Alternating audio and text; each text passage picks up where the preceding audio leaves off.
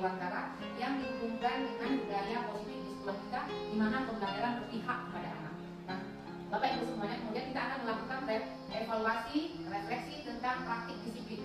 Bagaimana yang dikatakan praktik disiplin ini? Kita mulai menerapkan budaya-budaya positif di sekolah, Bapak Ibu. Tidak ada lagi kekerasan di sekolah, tidak ada lagi kita melakukan sesuatu seenaknya.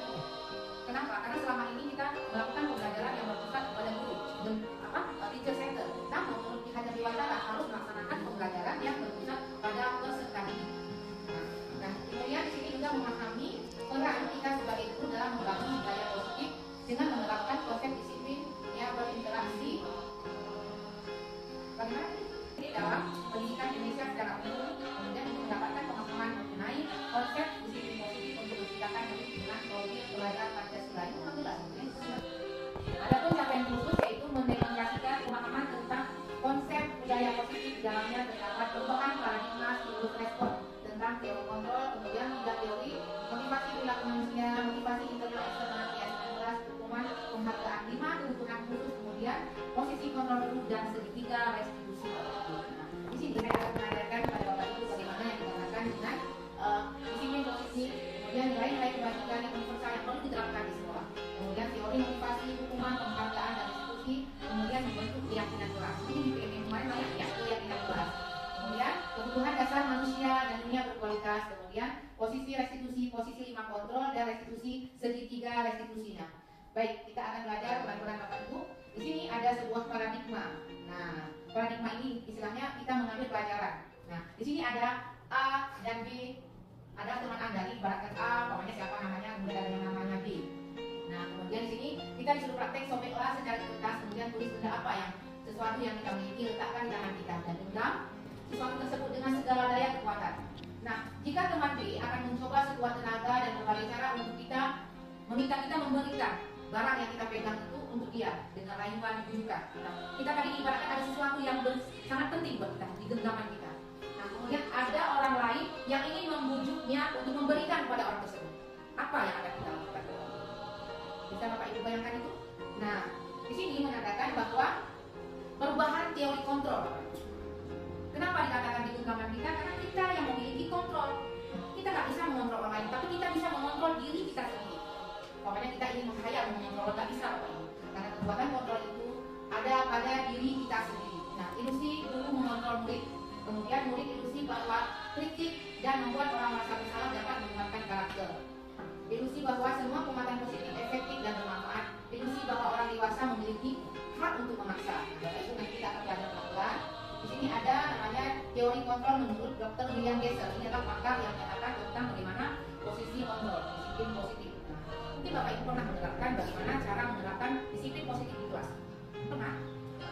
Mungkin pernah Bapak Ibu. Di kelas 6 bulan pernah diterapkan, mulai dari kita membentuk keyakinan kelas. Kelas 1, kelas 2, kelas 3, sampai kelas 6 itu harus ada. Bagaimana caranya Bapak Ibu? Kita membuat kesepakatan. Jangan kita sendiri yang menghakimi, oh nah seperti ini posisi kontrolnya nggak boleh, oh seperti ini keyakinan kelasnya nggak boleh. Tetapi kita rembuk sama-sama, kita diskusikan bagaimana posisi bagaimana kesepakatan kelas itu terbentuk, sehingga terjadinya ataupun datangnya keyakinan kelas, lahirnya keyakinan kelas. Baik Bapak Ibu, di sini Anda tidak bisa mengontrol orang lain, hanya Anda sendiri yang bisa mengontrol diri Anda. Makna disiplin di sini belajar untuk mengontrol diri, kemudian menggali potensi kita agar mencapai tujuan yang kita inginkan. Nah, yang kita inginkan di sini adalah kalau kita sebagai seorang guru berarti semata-mata kita hanya ingin mewujudkan kebutuhan peserta didik, memenuhi kebutuhan peserta didik. Nah, kita lihat Bapak Ibu pada kenyataan ataupun pada lapangan kita melihat anak-anak kita banyak yang berbeda. Betul kan? Kita ngomong A, terkadang dia nyambungnya ke B. Kita suruh A, dia bertidaknya yang B. Kita seperti itu. Nah, kenapa hal ini bisa terjadi Bapak Ibu? Karena kebutuhan anak itu tidak terpenuhi oleh gurunya. Mungkin selama ini kita tidak menyadarinya.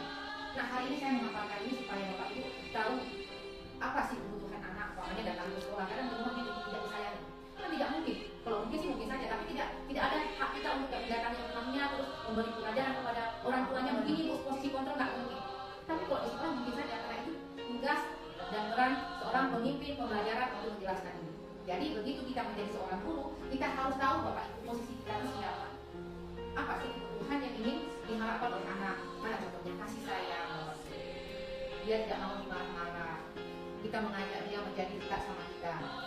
Nah, kemudian semua perilaku memiliki tujuan. Itu menurut teori navigasi yang bersifat ekstrinsik. Yang ditanya kalau ekstrinsik itu apaan sih? X artinya di luar, ya di luar makanya di luar dari jiwa dia, diri dia. Kalau intrinsik itu adalah nilai-nilai yang ada di dalam dirinya sendiri. Dari mana Bu? Terdapat itu setelah mereka diajarkan dan belajar. Nah, kemudian di sini mana motivasi ekstrinsik? Makanya menghindari hukuman, kemudian mendapat imbalan, itu kan proses dari luar. Dulunya memberi motivasi seperti itu. Kemudian kalau dari intrinsik, makanya dia menerapkan nilai-nilai kebajikan. Makanya kita lihat kita masuk kelas. Apa nih yang harus menghormati, saling menghargai, disiplin, walaupun memang mungkin disiplinnya sudah diterapkan di sini, tapi kita yang kita bagaimana? Baik, di sini ada 5 posisi kontrol. Yang pertama penghukum. Nah, inilah posisi kontrol yang memang kita harus tahu betul Bapak Ibu kita sebagai seorang guru supaya kita tidak salah jalan, tidak salah kaprah hanya gara-gara hal-hal yang kecil. Nah, makanya nanti ada orang tua yang melapor, ya. Sini ada Fitri tahu kenapa ibu panggil ke ruangan ibu? Ibu dengar Fitri tadi berkelahi dengan Mesya, apa benar? Nah, kenapa kamu berkelahi? Benar?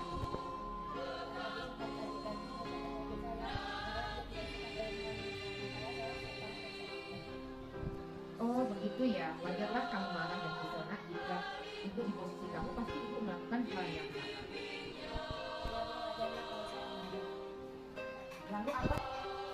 Lalu apa yang akan kamu lakukan terhadap Mesya ini? Oh begitu, pasti kamu berbuat seperti itu ada alasannya bukan?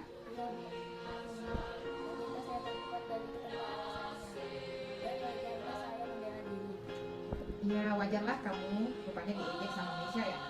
Ibu sangat menghargai tindakan kamu telah tidak berbuat lebih dulu dari situ, misalnya dengan mendorong Mesya. Nah sekarang Fitri, mari kita pikirkan tindakan apa yang harus kita lakukan sesuai dengan kesepakatan kelas. Kamu tahu apa tidak? Baik. Keyakinan kelas apa yang sudah kamu yakini? Ibu bangga dengan kamu. Kamu tahu bagaimana saling menghormati antar teman di kelas, bukan?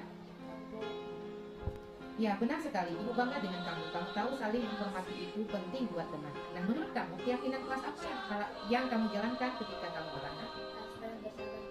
Bagus. Kamu bersedia memperbaiki kesalahan ini, Fitri? Baik, kira-kira apa yang bisa kamu lakukan untuk memperbaiki kesalahan ini, Fitri?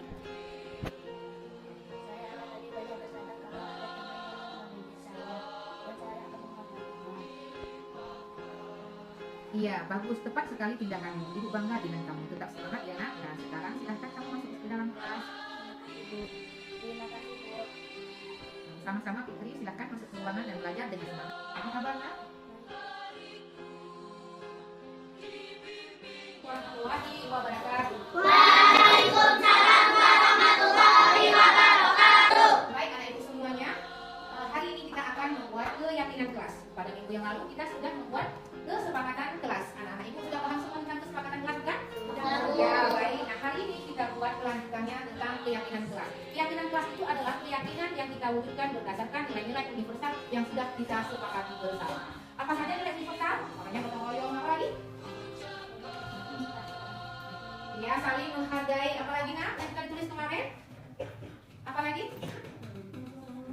Iya, boleh menjaga ketertiban. Apa lagi nak? Ya baik, hari ini akan kita buat secara diskusi kelompok. Jadi akan bagikan kertas ini, silahkan kita berdiskusi. Kemudian keyakinan apa yang akan kita sepakati satu kelompok, ibu kasih poin 1 ya, boleh ya? 1, keyakinan kelas apa yang kita sepakati. Ingat, tidak boleh ada kata-kata negatif. Masih ingat apa kata negatif? Masih. Apa kata negatif nak? Ya, tidak boleh di dalam keyakinan kelas itu ada kata-kata tidak. Satu lagi, di dalam keyakinan kelas itu tidak boleh ada kata-kata jangan. Paham? Ya baik, kita mulai ya. Silakan tulis, kemudian disebutkan kelompok asli kelompoknya, sudah tulis sebagai yang kelas dan DPR merupakan tulis. Baik, silakan keluarkan diri kenalannya melalui ini. Silakan. Silakan. Ya, silakan apa yang dibuatkan dalam kesepakatan kelas ini. Kita akan membuat hasil yang kelas mengenai nilai buatkan misalnya teman kepada silakan.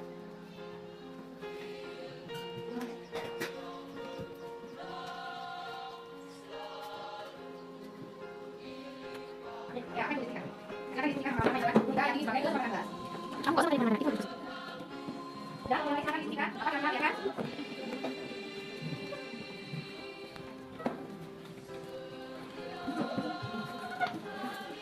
Udah kan? Tiga. Nah, terus ya. Ya kan?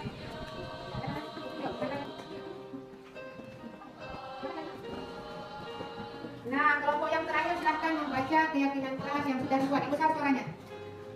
Kami percaya bahwa kami pasti bisa menjadi murid yang beramal baik. Ya, dibaca semua, nak. Kami akan menjaga ketertiban kelas dengan penuh tanggung jawab. Ya, ada kawan ya. Bisa ya? Ada terus apa lagi? Kami akan selalu menemukan semangat Baca aja. belajar yang tinggi. Baik. Karena lewat ini saling menghormati akan membawa kedamaian. Ya, luar biasa. Tepuk tangan semuanya. Baik. Nah, itu semua berarti keyakinan kelas kita sudah kita sepakati, yaitu yang pertama, kami akan menjaga ketertiban kelas dengan penuh tanggung jawab.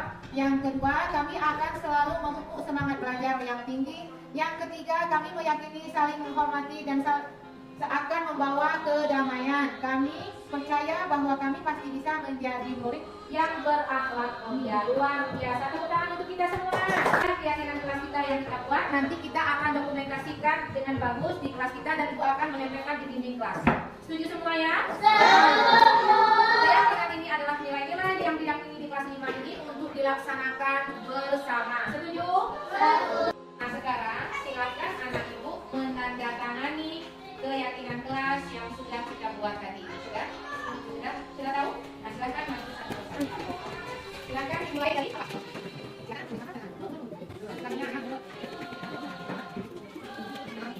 Nanti kita sudah menandatangani keyakinan kelas yang sudah kita sepakati bersama. Untuk ini bukan harap silakan dilaksanakan dengan sepenuh hati. Apabila suatu saat nanti kesepakatan kelas ini belum dibuat, maka akan kita ubah lagi ya. Ya, ini tanda tangan anak ibu semua. Sudah tahu? Sudah, baik. Terima kasih semuanya. Itu akhir dengan Assalamualaikum warahmatullahi wabarakatuh. Assalamualaikum warahmatullahi wabarakatuh. Nama saya Fitri Aulia Rizky dari kelas 5 SD Negeri 4 Atlintang. Saya senang sekali bisa berdiskusi dengan Bu Daily. Saya akan lebih bersabar untuk menghadapi perilaku teman sekelas saya. Saya harus lebih menghormati teman sekelas saya. Terima kasih. Tentang ajaran sosialisasi disiplin positif di sekolah. Nah, ini kami telah memahami dan menjalankan budaya positif disiplin di sekolah kami. Kami sangat berterima kasih kepada Ibu Laili selaku pimpinan kami di sekolah untuk menerapkan adanya sosialisasi kegiatan positif di sekolah kami. Kepada Ibu Laili kami ucapkan terima kasih atas bimbingan ini.